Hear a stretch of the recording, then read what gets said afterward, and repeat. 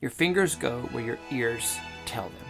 About how do we tell our ears where to put the fingers? All right, how do we communicate between our ears and our brain and our fingers and just get everything going in the right spot? And the key to freedom with all of this is to use patterns, finger patterns, okay? Instead of third finger, I'm gonna stick to the D string here. We're gonna go second finger, and instead of 3-1 open, we're gonna go 2-1 open.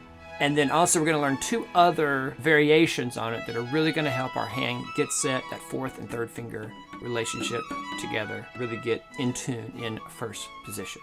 Hi, I'm Clay from the Cello.online, and being a beginner and learning to play in tune, learning to get your fingers to the right places, whether you're using tapes or not using tapes, can be one of the most frustrating things. And if you're watching this, maybe you've been playing for a little while, you're not a complete beginner, you've learned a few tunes, learned the scales, but it's just eluding you or just having trouble getting those fingers to go to the right places the way that they're supposed to. And I'm going to give you some help with that. Remember, throughout this, as we're talking about this, your fingers go where your brain hears, all right? Your fingers go where your ears tell them. Yes, you need to check your left hand shape, and there are videos, plenty of videos on the channel about that. You know, posture matters, okay? You know, what am I doing with my left elbow? All of that stuff. Are my tapes even placed correctly? All of those things matter when you're first starting, and you do need to check all of those, obviously, when it comes to playing in tune. But when we get really frustrated, all right, and we're starting to just kind of lose hope about learning to play in tune, is that we've checked all this stuff, you know, we've got the instrument in the right spot, we've checked our thumb, we've practiced in front of the mirror, we feel like the posture is really well.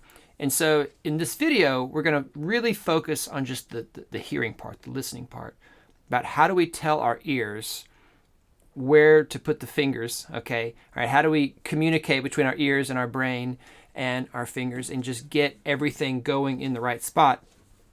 And the key to freedom with all of this is to use patterns, finger patterns, okay? You'll hear me talk a lot about this on the channel about, you know, you have to attack things from different angles, okay? You have to have different ways of addressing the problem. Our brain just needs it. Our brain responds better to it. And so how are we going to do that? Well, we're going to learn hot cross buns three different ways. Actually, it's our normal hot cross buns that we know and love, okay, that hopefully we've learned here as a beginner. And then also we're going to learn two other variations on it that are really going to help our hand get set and get that fourth and third finger relationship together and really get in tune in first position. Okay, so let's just review here. Let's play our hot cross buns. Let's just do it on the A string together, just to remind ourselves how it goes. And hopefully you have your cello there and you can play along. Here we go. On the A string. 1, 2, ready, and.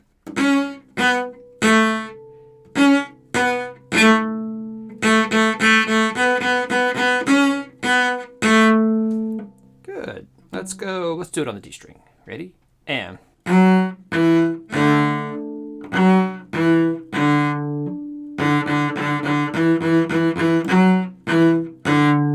Right? Good old hot cross buns, starting on third finger, going 3-1 open. Okay. Now I'm going to teach you a fun variation. I call this cold cross buns because it feels very cold and steely to me. One of my students reminded me the other day that they've heard it called burnt cross buns. Either is fine. Maybe you've heard of this before. So cold cross buns, I'm going to call it cold cross buns. I like cold cross buns because I think of it as like the opposite of hot. But you could call it burnt cross buns. You maybe come up with another name. Put it down in the comments. Maybe there's another fun name we could call it. But in essence, we are going to play hot cross buns, but in minor. So what I want you to do, remember we find our first position. Instead of third finger, we're going to stick to the D string here. We're going to go second finger, and instead of 3-1 open, we're going to go 2-1 open. Okay, here we go. 1, 2, ready, and.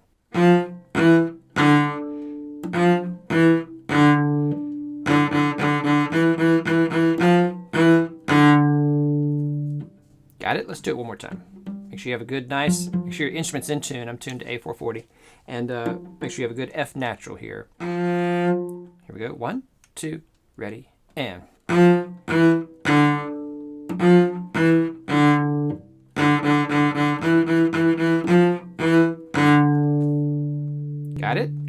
Now, important to this is that we establish in our ear what this cold cross buns sounds like. Okay, so it's really important that you first, with me, do it all the way through. Okay, if you need to review hot cross buns, I have that on other videos, so I would encourage you to go watch those. We won't play through, or maybe I'll play through the whole thing here at the end. But let's do this cold cross buns second finger, starting on the A string, and we're going to go A string, D string, G string, C string, all the way down. Ready? So let's find our first position here. Find a good C natural. Here we go. On all the strings, cold cross buns, second finger. 1, 2, ready, and.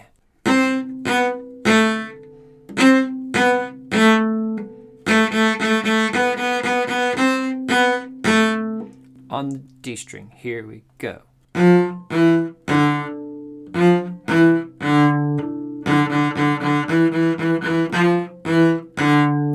On the G string, here we go.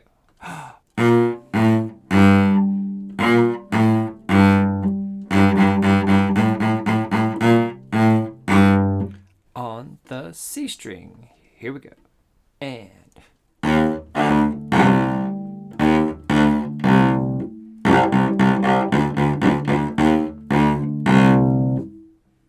Got it? And so by now we have this minor, this cold cross buns really established in our ear. Again, if you're coming back, I'm going to play all this straight through at the end of the video. Now, let's do cold cross buns, except instead of doing 2-1 open, let's do 4-3-1. Do it on the D string one time. Ready? 1, 2, on the D.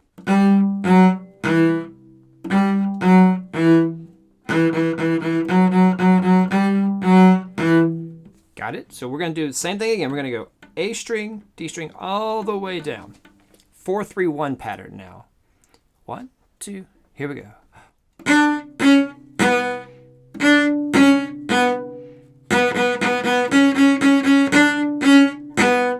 D string.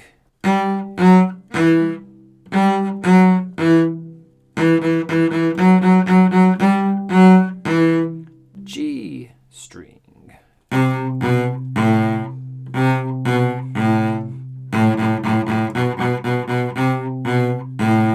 C string.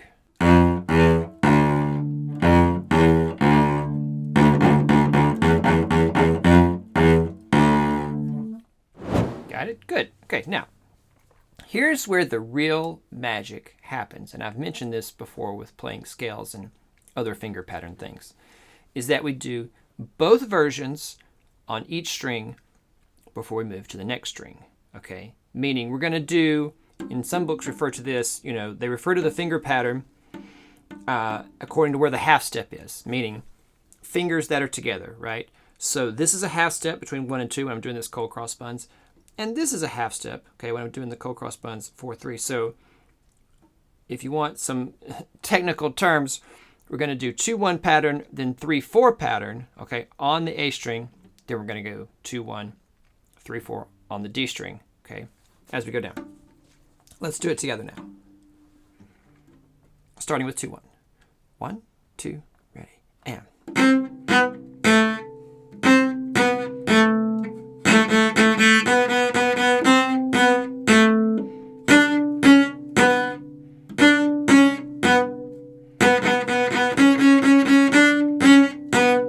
A string, now the D string.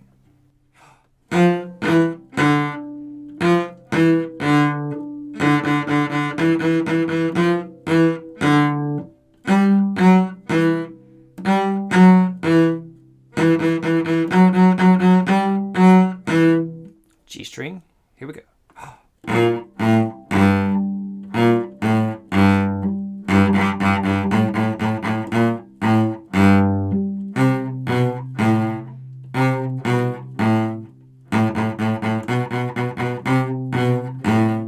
C string, here we go.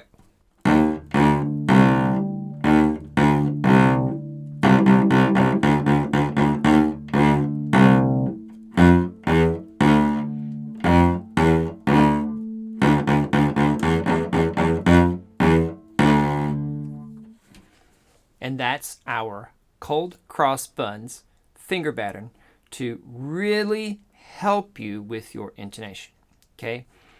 Now, again, the more we do this in successive repetitions, okay, without any break, the more it does for our brain, hand, ear communication. So now, let's do the whole routine. We're going to do hot cross buns all the way down, okay? And you can go up. You can go from the C string to the A string. I'm just going to go from the A string to the C string.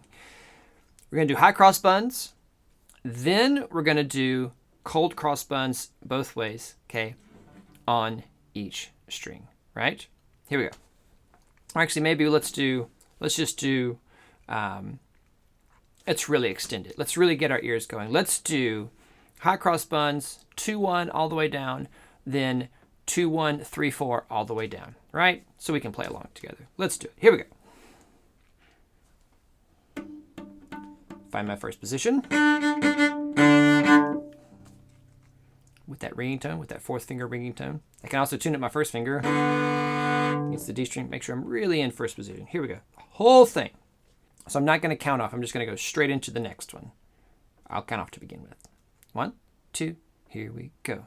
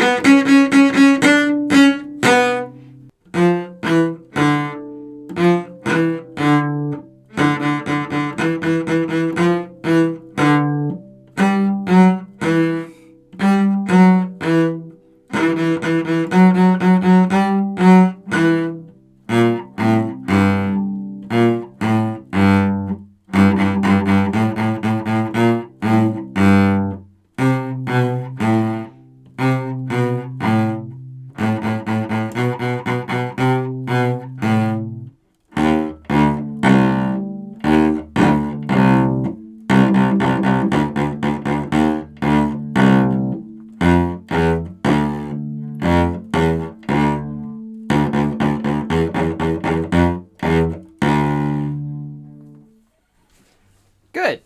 If you do this whole routine, which actually when you do it without breaks, it doesn't take that long. It only takes, a few minutes to do. It's a great warm-up. Really gets your hand set. And actually, you could do the 3-4 pattern by itself. You could do 2-1 all the way down, 3-4 all the way down, before you do both on each string before coming down, okay? And really get your hand solidified by adding that one little repetition, that one little go-through as you go down to the C string.